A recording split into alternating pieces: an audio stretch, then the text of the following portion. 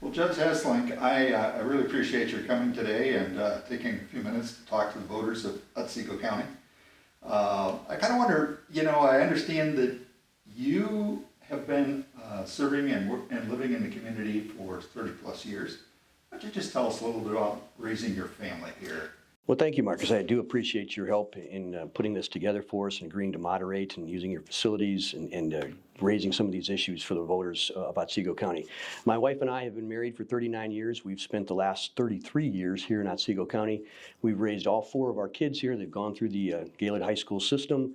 They've given us 2 wonderful grandchildren. In fact, I tell my wife if we could have had the grandkids first, that would have been great with me.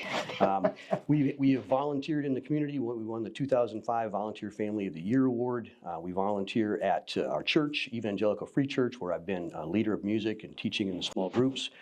Doing church chairman and board activities on a regular basis. My wife and I also volunteer in Operation Christmas Child. We've done Gus Macker and Big Ticket and lots of those things. I've done the 46th Circuit Court's Indigent Divorce Clinic. So we tire ourselves out by being involved in the community. We've lived in the same house for about 26 years now, so I think we've gotten to know our neighbors a little bit.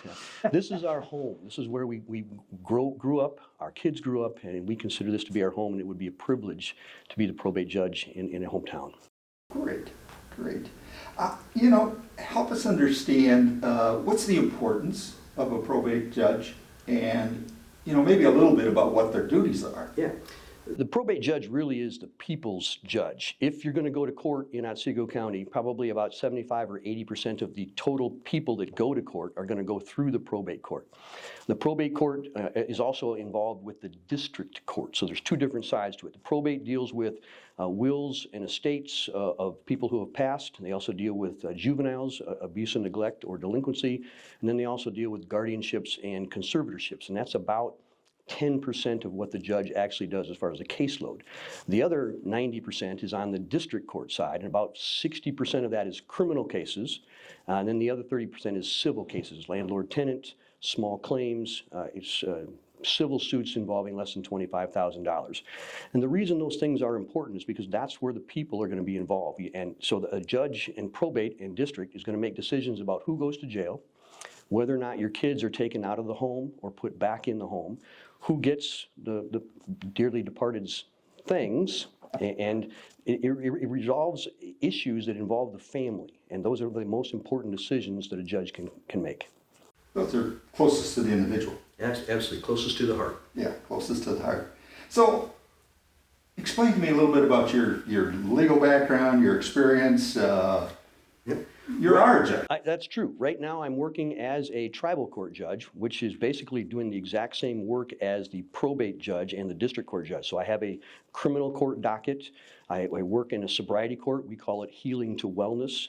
I have a civil docket. I have guardianship cases and conservatorship cases. I have juvenile cases. So everything that Judge Cooper now as the probate judge does, I've been doing for the last 2 years. In addition to that, I've been on the bench for 5 years before that in family court as an appointed judge called a referee. I made decisions in juvenile cases involving families and custody and parenting time. So I've got 7 years of judicial experience. Most people in Otsego County probably know me as a former prosecutor here. I was here as the elected prosecutor for 10 years doing criminal cases. I've also got experience in other counties, Marquette, Roscommon, Alpena County, as a prosecutor for the tribe. So 20 years of prosecution experience. I've done probably 15,000 criminal cases, felonies and misdemeanors. I think my opponents maybe have done 190 cases, so it's a mountain and a molehill kind of difference there. In the probate side of things, I've done probably 193 probate cases in the last couple of years. I think in all of Otsego County, all the attorneys combined have only done 153. In the civil side of things, in the last couple of years here in Otsego County and in my job as a judge, I've done about 233 civil cases. My closest competitor's done maybe 103 cases. So you can see I've got a lot of experience, a lot more than anybody else that's running. And I think that's the key to what the voters are going to need to know. It's who's the most experienced person, who can hit the ground running, who's the most qualified. And I think that it is based on experience and expertise, and that's what I provide. Good, good. Can you highlight some significant cases that reflect that? Absolutely. I have done probably 200, maybe 210 jury trials, and those are always significant kinds of cases. They involve going to jail. So often, many of the cases I did were felony cases, so going to prison. A lot was put into them, a lot was at stake during those trials, so each of those trials represents a significant case. I've done termination of parental rights cases, probably a dozen or so of those. I've done rape, robbery, murder. I've done probably 8 or 10 murder trials, 2 weeks at a time. I've been in court with cases for 6 weeks at a time. I've done high-profile cases. Probably the single one that stands out the most is a murder case here in Otsego County where the victim was missing for 7 years, presumed dead. We finally found her body 7 years after the fact. We didn't have a murder weapon. We didn't have a time of death. We didn't have a place of death. We didn't have an eyewitness. We didn't have anything other than circumstantial evidence. So we put on the evidence that we had for a week, and the jury convicted that person, and the victim's family thanked me profusely at the end of that. That was probably one of the most satisfying cases as far as putting the pieces together and doing justice for a family here in Otsego County. You know, I think in today's environment, an interpretation of the Constitution and the law is kind of been a thing of discussion. Could you just enlighten us a bit about your philosophy in those areas? Yeah, interpretation of the Constitution is a big thing. Courts, especially probate judges, do that on a regular basis. And I, as a judge for the tribe, as a prosecutor, you're involved in a lot of the 4th, 5th, and 6th Amendment criminal constitutional issues. As a judge for the tribe, you're involved in the First Amendment, freedom of speech, freedom of religion, freedom of assembly, those kinds of things. So I have lots of experience in doing those. But the way that I attack those problems is I want to know, first of all, that the people before me have a full opportunity to tell me what their concerns are. Constitutionally, what do they think their issue is? Is it I've been jailed inappropriately, or I've been search done on my property inappropriately? So I want to know what the facts are. And then I'm going to make sure that I research the law completely and thoroughly to make sure that I know what the latest, most up-to-date information on that is. And then I approach it as a legal scholar. I was on the law review at the law school that I went to. It's a scholastic excellence kind of university. So I know what the scholarship is, but because I've been in the law for so long, 37 years, I also know what the common man is looking for. So I'm attacking it both as a scholar and as the common man. And then I'm looking for who has proven their case, who has proven which side is credible, which side can I rely on. And once I do that, I take myself out of the equation. I look at what is the meaning of the Constitution, not only what does it mean now, because words change over time, but what did it mean at the time that the original founding fathers wrote those words. So I consider myself to be a relatively strict constructionist, meaning I take the words as they mean. I don't read meaning into them. I'm very conservative. I'm very practical oriented. I'm very fact based. I'm not a social activist. I'm not looking to create law or to take a side on a social activity or issue. I'm here to say, this is what the law says. This is what the facts are. Here's how we're going to decide it based on those two things. And I'm going to tell you exactly what my rationale is. I'm taking myself out of the equation. I don't have a dog in the fight. I'm simply the judge telling you how that works. Good. How do you ensure fairness and impartiality in your court? Probably the biggest way of doing that is making sure that the participants are able to engage in this. I've heard repeatedly that if they are given a voice and the judge actually hears them, they feel as if they got a fair hearing, even if I, as a judge, don't find in their favor.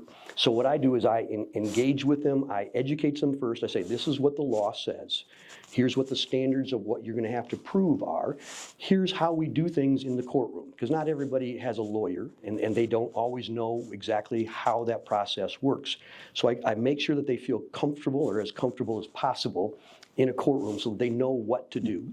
And then I engage them. I give them a free opportunity to tell me what's their side of the story. I tell them when they're going to get to talk, when the other side is going to get to talk, and how the process is going to work during that. And then I hear them. I make sure that they know that I'm engaged with them. I'm going to ask them questions about what they just told me so they know I'm listening.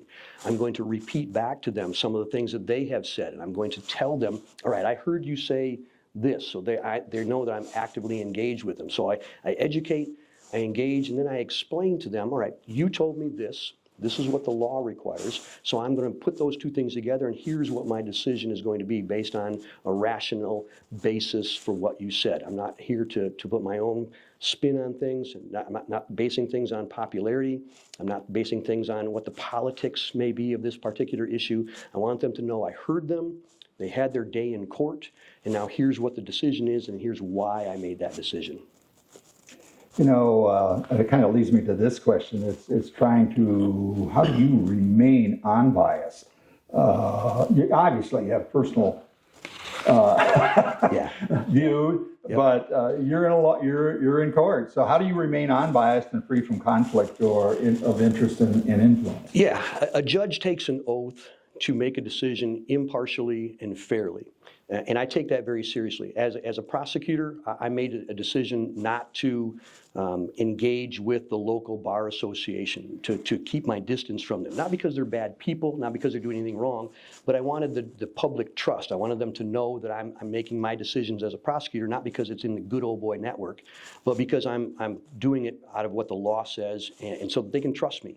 As a judge, I've done the same kind of thing. I've not asked for endorsements of the local bar association because I don't want there to be any potential conflict of interest. So the first way that I stay unbiased is for me to stay clear of any potential issues like that. The second way that I do that is because I've been doing this for 37 years, I know what the issues are ahead of time. I know what the problem areas are, and I stay away from them. I proactively watch for ethical types of issues. I watch my language. You won't find me speaking inappropriately or saying swear words or calling people names simply because I don't want there to be any rumors or innuendos. I stay away from bars and drinking, not because there's anything wrong with those things. People are free to do those things, but I don't want there to be any question about how I'm acting or whether I was intoxicated. If I'm going to enforce those laws, I want to be seen as a clear-headed person while I'm enforcing those laws. So I'm not going to participate. I've restricted myself in those ways. I have stayed away from situations where when I'm not with my wife, I'm not going to be with any other female. I'm not going to have any kind of question about what am I doing or where am I going with that particular person. So in the courtroom, I do the same kinds of things. I watch for those red flags and those issues, and I proactively stay away. And I say, here's what the law says. We can't go into that area, or we can't do this over here. You can shape your question this way. So most of what I do to make sure that I'm fair and impartial is to stay away from those kinds of issues. If something comes up, I am quick to say, there's an issue here, and I want you to be aware of here's what my responsibilities in the past. I have been involved in some social activities in the past. I've been the president of the SANE board, the Straits Area Narcotics Enforcement. So if there's an issue with a person in a drug case, I have revealed that in the past. I've been involved with community justice issues like transparency in the court system. I've sat on various boards for that. So if that becomes an issue, I say, hey, I've sat on this board for the Michigan Supreme Court. I want you to be aware of that ahead of time. And if you have an issue, you can ask me to excuse myself. And most of the time people say, no, it's all right. We understand where you're coming from, what you've done. And they simply just want to know what's your perspective. And then I try to remove my own personal feelings from it. Again, I'm not trying to be a social activist. I'm not trying to create law. I'm just trying to say this is a ball or this is a strike as an umpire at the game, right? Right. Good analogy. I like that. Which kind of brings me to judicial accountability. Give us some views on that. I'm a basketball coach on the side as well, so I'm big into accountability. I want my players to be accountable. I, as a coach, need to be accountable to the school, to the families, to the players themselves. I need to have done my homework on all of those things. And I think as a judge, the voters have a right to know that their judge is accountable to them as well. In the course of my campaign, I have referred to statistics on a regular basis, and I get those statistics from the district court, from the probate court, from the Supreme Court, because I think that accountability, individual experience, number of cases that you've done, it's important to educate the public that way, and that helps them understand who you are, how much experience you have, and how good of a judge that you're going to be. So that's one way of holding a judge accountable, is knowing what his statistics are. The other is, I mentioned previously that I worked on a task force from the Michigan Judicial Council and the Michigan Supreme Court for transparency and public accessibility to the court. For live streaming, for putting things out on the internet. If the public can see what's going on in the courtroom, I think they will understand it, and you can hold a judge accountable for that. If I know as a judge that people are watching, either they're in my courtroom or they're watching on the internet, I hold myself accountable. I take care of those issues. I don't have outbursts, right? I control my behavior.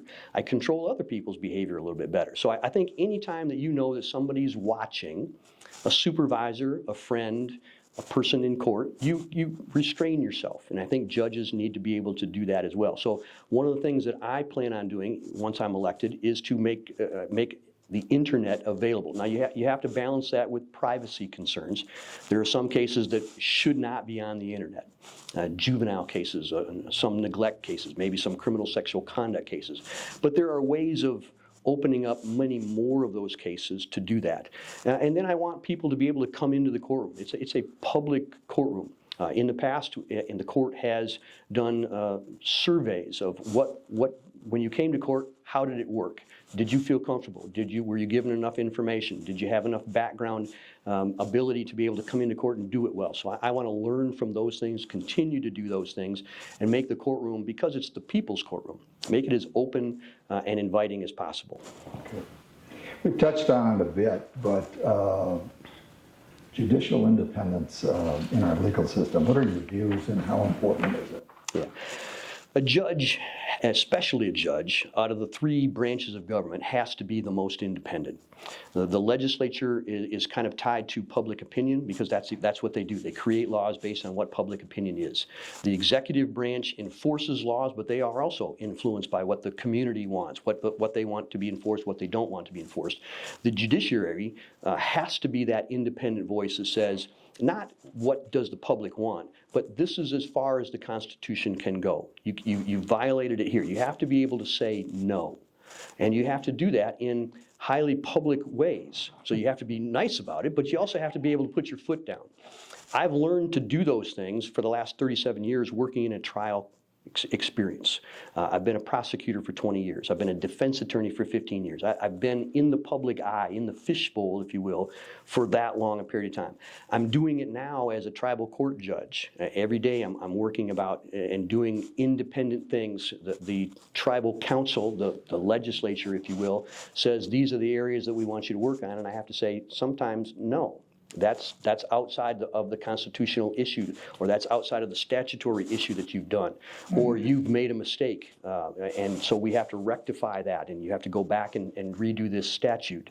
Part of the independence that I've done over the years is as a prosecutor. I put it bluntly, I bit the hand that fed me, right? So I sued the county board. Well, there was a downturn in the economy. Everybody was suffering with budget cuts. But the prosecution is a constitutional position. And so it has to be have a budget that allows you to go to court, have enough people to go to court to handle the cases that are there. And I had people that left, attorneys and support staff that left, and I was left with not enough people to cover all of the courts. So I gathered information from the other counties and said, how are you dealing with this, and what numbers are you using? And I gave all that information to the county board and said, hey, look, all of these other counties are finding ways to fund at this level, and we're not there yet. And they turned me down.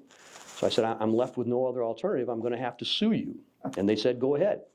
So I did, and I won. The consequence of that was I lost the next election. But that is politics, and I'm okay with it. I would do the same thing, knowing now what I knew that didn't know then. I would do it again because that was the right thing to do. I'm not concerned with politics. I am concerned with doing the right thing and making sure that the public knows that I'm doing the right thing. One of the other areas is the court's role in the community justice system. Can you spend a little time on that for that concern? Yeah, courts have to be seen to be fair. The public, especially in our day and age now, the public has lost its ability to know who to trust, who to say that's the person who's I know is always going to do the right thing. That's the person who's going to be fair no matter what the accountability cost is to him. And that's why I mentioned that civil suit against the county. I want the public to know that they can trust me. I'm not here to do things for my own benefit. I'm not looking to be a judge because it's a feather in my cap. I'm looking to be the judge because it is what I'm skilled at doing. I'm doing the same job 100 miles away from here in Mount Pleasant. This is my hometown. I want to be doing that job here in my hometown. Judge Cooper, I think, did a great job as being a people's judge. He didn't often make decisions as quickly as he needed to, and I think I can fill that role a little bit better. But again, he was a great judge. I enjoyed working in front of him here. He was here for 24 years, and I want to have that same kind of impact here. I tried to do it as a prosecutor. I tried to make sure that I was fair, that I wasn't being biased or prejudiced by any of the local bar association. I'm going to do that same thing here. I'm not going to ask for political favors from the local attorneys to endorse me. I want to make sure that the public knows that I am doing criminal justice the right way, doing it in a way that is fair and impartial to everybody, and in that way that brings that public trust back to the court system. How do you balance, public safety with the rights of the defendant? Really hard question. The only good way to be able to do that is to have done it hundreds and hundreds and hundreds of times. Balancing the rights of the defendant is the highest thing that the Fourth, Fifth, and Sixth Amendments require of a judge.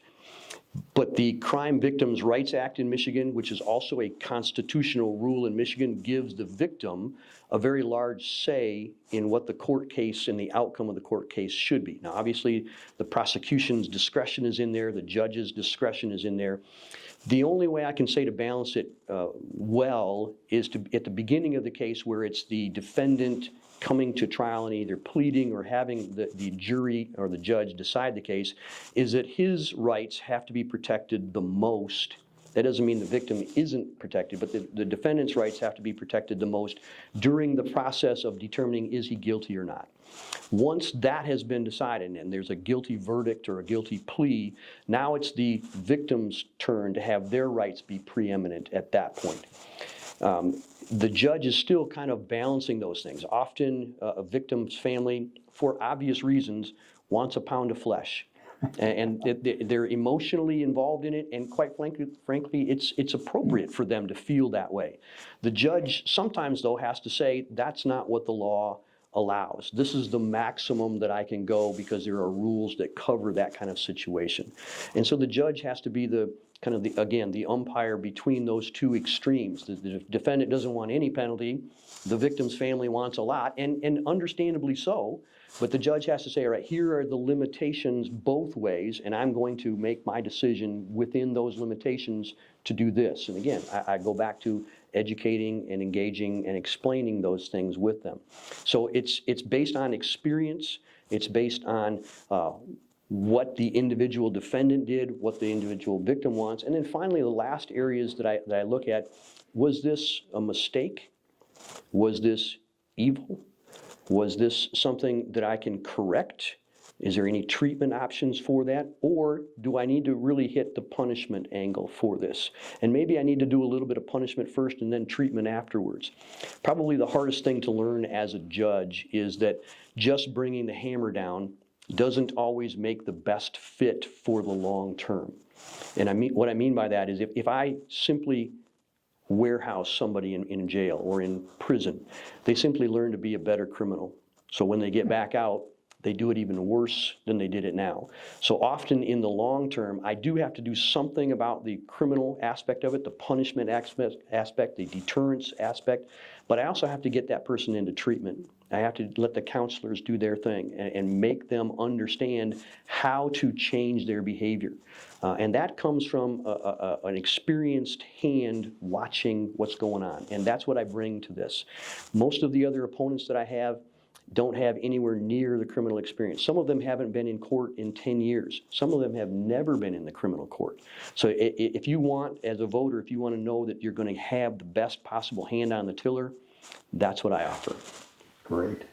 You know, I keep hearing kind of through all of this ethics, and I'm just curious, how do you ensure that your conduct is beyond reproach? What are the things you do? Yeah, the voters need to know about me is, as I take that very seriously, and I always have. Probably the easiest way for me to say that is I'm a strong Christian man. I think the biblical, ethical, moral values are what I involve myself with personally.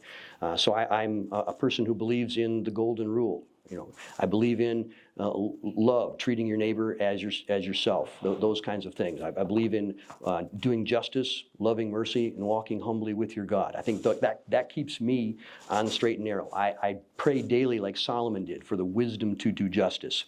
So I'm not here to say I'm going to proselytize and I'm going to, hey, bring my Bible to the bench. That's not what I'm saying. But personally, I have the highest ethical standards because I live out my faith. My family is involved in that. I've taught my children along those lines. I take my faith and my church activities very seriously. It's not just a window dressing to me. I am Kevin the Christian. But that also gives me a good background in forgiveness and second chances and understanding that people do fall and that people have foibles and I have blind spots and I'm not perfect and I'm not better than anybody else as well, because that also comes from the scripture. So I think the first thing with ethics is it comes from my personal moral high ground and high standards. I require of myself more than I require of anybody else. And I understand how limited I am. I am not from dictating from an ivory tower that thou must do these things kind of thing. That's not where I am. I am a humble servant. I'm not any better than anybody else. So as a judge, I don't sit on high and make these moral decisions about how bad everybody else is. I'm right down there with them, asking for forgiveness all of the time. So ethics to me is trying to do the right thing on a daily basis and praying for the strength to continue to do that. The second thing that I do for ethics is I watch my conduct and I watch other conduct very carefully, and I want to stay out of those red flags that we talked about earlier. I want to make sure that I'm doing things according to what the law says and based on what the facts are, so I'm not injecting my own personality, my own biases, my own prejudices, my own issues into the case. And then I'm regularly going for training. I'm going for looking for new ways of doing things in a proper manner so that I get the people to be fully engaged in the process. So again, it takes me out of it. I'm making the decisions based on what they do. And then I limit my behavior in the community. Like I said before, I don't go to bars, not because bars are bad or bad people go to bars, but because I don't want there to be any innuendo or rumors about my activities. Was he intoxicated? Was he, who was he talking to? I don't want there to be anybody questioning who I'm staying around with or walking with or talking with. So I make sure I understand I'm with my wife or I'm not with anybody that's not my wife, kind of thing. So I engage in activities only when it's safe to do so, kind of thing. So I want the public to know that they can trust me at all times because I'm watching what I do at all times. Have you ever had to face an ethical dilemma?